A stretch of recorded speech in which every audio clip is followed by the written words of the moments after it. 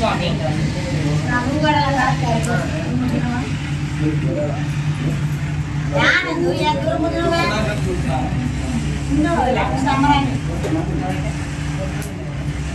నేను ఒకసారి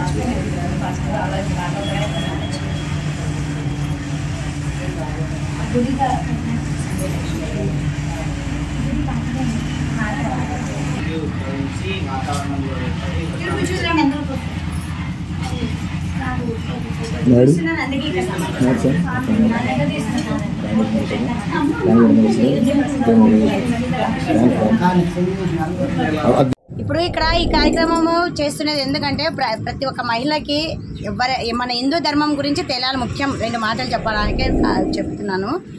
మన హిందూ ధర్మం అంటే ఏంటి? బొట్టు గాజులు ఇవన్నీ అంటారు కదా. ప్రతి ఒక్క మనిషి బొట్టు లేకుండా ఎవరే కానీ మన మహిళలు ఉండకూడదు. మన దేశ సంప్రదాయము, మన భారతదేశం సంప్రదాయం ఏంటంటే బొట్టు ముఖ్యం. ప్రతి ఒక్కరు ఏంటంటే బొట్టు లేకుండా ఎవరంటే ఎవరు వెళ్ళకూడదు ఎక్కడైనా కానీ. మన దేశ సాంప్రదాయం ఏంటి? మన భారతదేశ సంప్రదాయం ఏంటి? బొట్టు.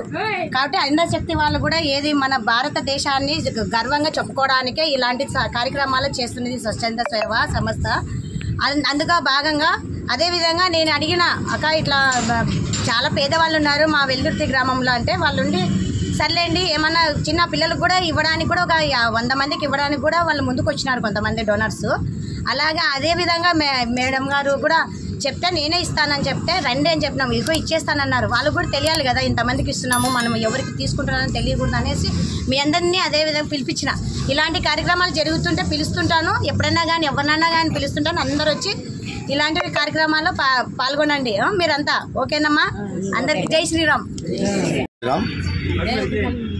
వెల్దుర్తి హనుమాన్ జంక్షన్ 51 అడుగుల అభయ ఆంజనేయ స్వామి దగ్గర మేడం వారు, రాధా మేడం వారు, సాయి లీలా మేడం, అనిత జ్యోతి వీరు పేద ప్రజలకు చీరలు పంపిణీ కార్యక్రమం మొదలుపెట్టుకున్నారు. వీళ్ళు ఇటువంటి వారిని స్ఫూర్తిగా తీసుకొని ఇలాంటి కార్యక్రమాలు ఇంకా ఎన్నెన్నో జరగాలని మేము ఆ భగవంతుని ఆశీస్సులు వీళ్ళకు ఉండాలని మేము ప్రార్థిస్తున్నాం. జై శ్రీరామ్, జై వీరాంజనేయ. జై శ్రీరామ్. నా పేరు సాయి లీలా. నేను హైందవ శక్తి కర్నూలు జిల్లా కోఆర్డినేటర్గా పనిచేస్తున్నాను. నేను గత 3 సంవత్సరాల నుంచి హైందవ శక్తిలో పనిచేస్తున్నాను. మా సంస్థ వచ్చేసి దేశ రక్షణ ధర్మరక్షణ అనే సిద్ధాంతం పైన వర్క్ చేస్తుంది.